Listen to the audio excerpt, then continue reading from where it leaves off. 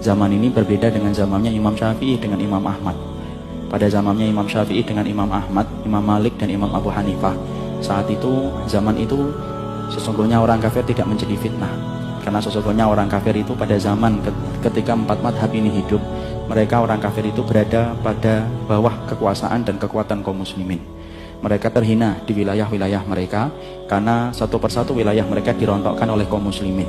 Dan tidak ada yang menyangsingkan dan meragukan betapa hebatnya kekuatan Islam dan pasukan Islam ketika mereka sudah menguasai satu wilayah. Persia rontok pada zaman Umar bin Khattab, puncaknya pada zaman Utsman bin Affan radhiyallahu anhu. Kemudian Romawi pun satu persatu rontok, disebabkan karena kekuatan yang dimiliki oleh kaum muslimin. Fitnah pada zaman Imam Syafi'i dan Imam Malik tidak banyak bicara tentang orang kafir. Makanya kalau antum perhatikan kitab-kitab mereka, kenapa nggak banyak bicara tentang orang kafir? Karena orang kafir itu nggak perlu ditakutin zaman itu. Konspirasi mereka itu tidak pernah berhasil menghadapi Islam.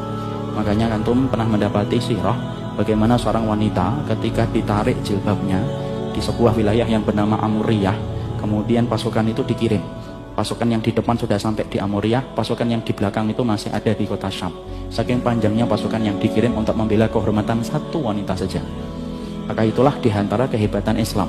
Makanya kemarin saya sampaikan sampai kita mendapati ada peperangan yang terjadi yang disebut dengan peperangan Datus Salasil.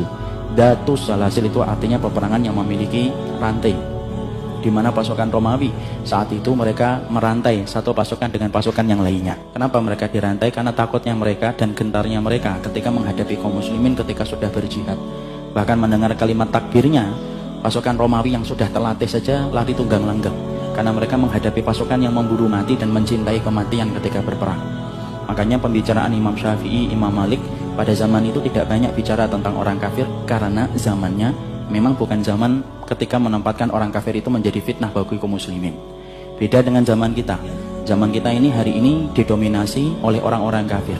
Dan kita tidak berada pada satu komando sebagaimana para sahabat pada satu komando.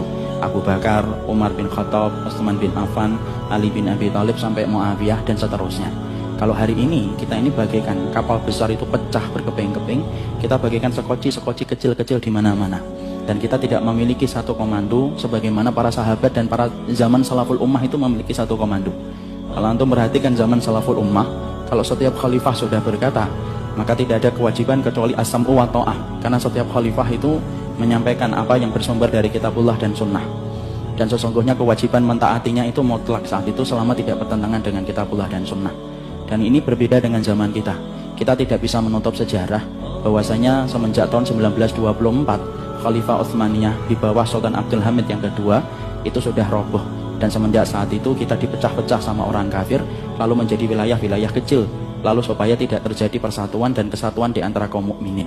Dan akhirnya kita mendapati kita hari ini betul-betul menjadikan orang kafir itu fitnah terbesar dalam kehidupan kita. Antum bisa bayangkan akhi, saya sebutkan satu wilayah saja, satu wilayah kota Syam saja ada 700.000 nyawa yang melayang. Hari ini kita masih menjadi penontonnya. 700.000 nyawa melayang, itu yang resmi dalam catatan PBB. Kemudian belum lagi di Afgan, belum lagi di Irak, belum lagi di Rohingya. Kita bisa bayangkan kalau Imam Syafi'i hidup pada zaman kita hari ini, pasti kitabnya beliau banyak didominasi bagaimana pembicaraan beliau tentang orang kafir dan bagaimana menghadapi orang kafir yang telah banyak mendolimi kaum muslimin.